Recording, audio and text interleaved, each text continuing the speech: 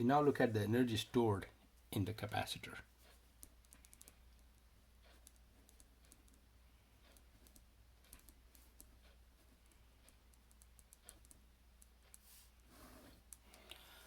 So for that, let's say that we have two parallel plates and the distance between them is d, and let's say this side is negative, this side is positive, and if we were to take a charge, let's say the charge is q, and we move it from the right plate to the left plate, so if this is a positive charge and we move it from here to here, we have to apply a force to push it because this plate is already positive. And so the work done, which is F dot D, would be the work done to move this charge, and the force is going to be E times Q times D if it's perpendicular, so we skip the cos theta being equal to 1. The work done in moving a charge Q from the right plate to the left plate will be Q times E times D. Now, as the charge keeps collecting here, this potential will increase, and so the electric field will increase, and so it's going to be harder for the next charge to be moved. So if the plates have zero potential in the beginning, it's going to be easy to move one charge, but as the charge collects, it's going to get harder and harder. And so what we see is, if this is the charge that's collected on this plate, the delta V, the potential difference across the two plates, will continuously rise. And so at the point where we reach the Q max, it will have a potential delta V, which will be that of the battery. And at that point, no further charges will be moving here. So now if we want to find the work done, we'll have to get some kind of a average for the velocity, for the potential difference, or we may need to do some kind of integration. So we can say that, okay, when we move the charge dq, the voltage is delta V, then the V times dq is this area, and that area becomes the delta W. So if we say the delta W is going to be, well, it's really this thing, but E times D is delta V, so this can be written as a delta V times Q. So this delta V times delta Q would be the delta W. We can write as a delta V and a dq, because that's a small charge.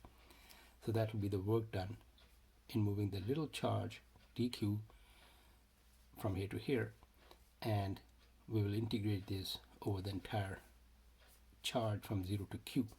So the integral of dw would be the total work. That will be the integral of delta V, which is this thing, times dq. Now delta V is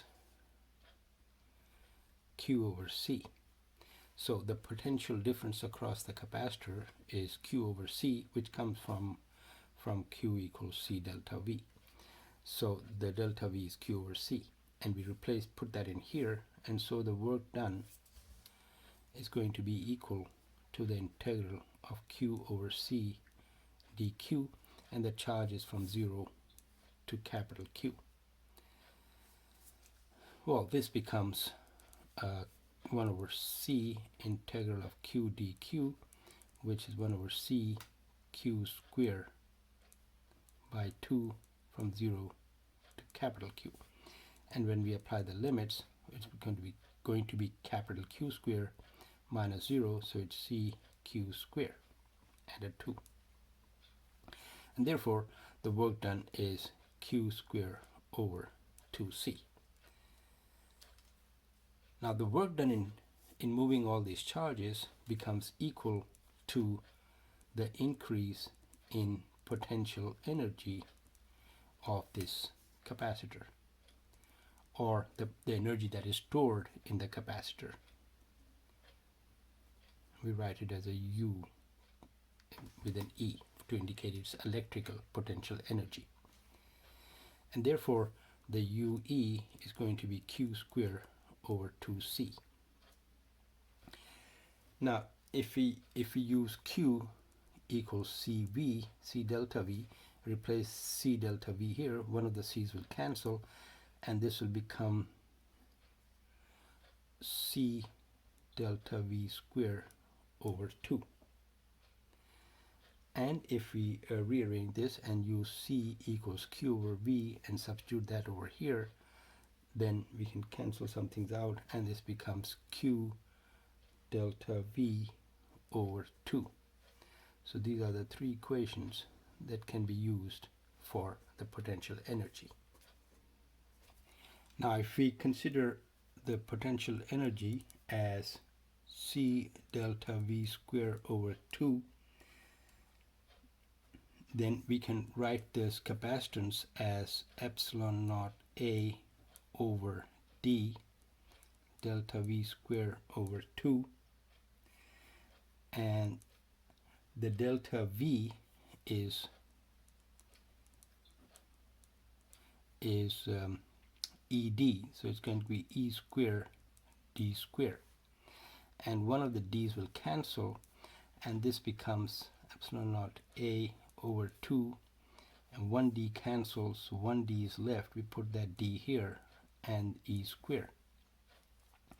And AD, that's the area, and this is the distance, so A times D will be the volume inside between the two plates.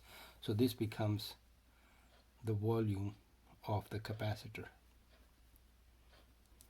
And so we can replace this with a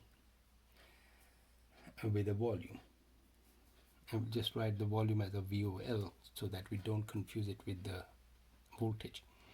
Then if we write UE as epsilon naught over 2E squared times the volume, and if we define a small u, a lowercase u, as the potential energy per unit volume, or which can be also written as the energy density inside this or of this capacitor, that will be simply UE over the volume. And when we divide this by volume, that will come out to epsilon naught E square over 2. That will be the potential energy, or the potential energy per unit volume, or the energy density. Now lastly, we see that if we have a capacitor, parallel plate capacitor, and we have a certain potential difference, we store a certain amount of charge on it, so there's a certain amount of charge on it, and if we attach a voltmeter, we will find a certain potential difference. What we see is that if we take a material and we insert it in here without touching the walls, okay, we insert some other material, so instead of air, now something else is in between them, then the delta V changes, and we find that in the presence of this red colored thing, the delta V gets down, but the charge still remains the same because we haven't touched anything. We just put the plate in between. So the charge remains the same, the delta V goes down, it means that the capacitance has to increase. Now we see that the delta V changes by a certain factor, maybe 2 or 3 times or whatever, then the capacitance will increase by the same factor. And so we say that the capacitance becomes equal to the C naught, which was when there was no dielectric.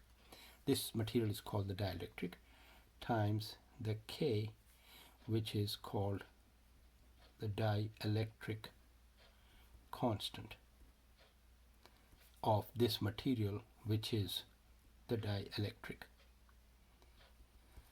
Now usually insulating materials are dielectrics, for example paper or plastic or sheet of polyethylene or Teflon or Bakelite. So we don't put a conductor here, but most materials like insulating materials would become like dielectrics.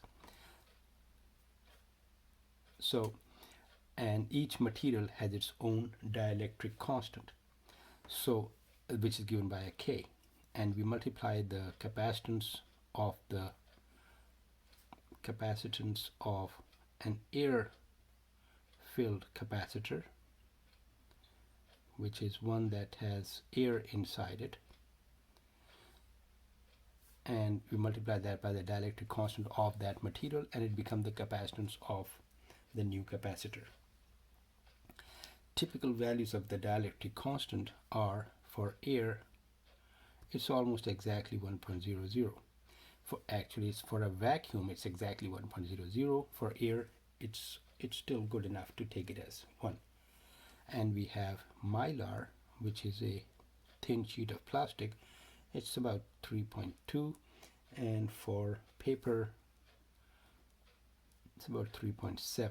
So putting in a sheet of paper will increase the capacitance of this capacitor by 3.7 times.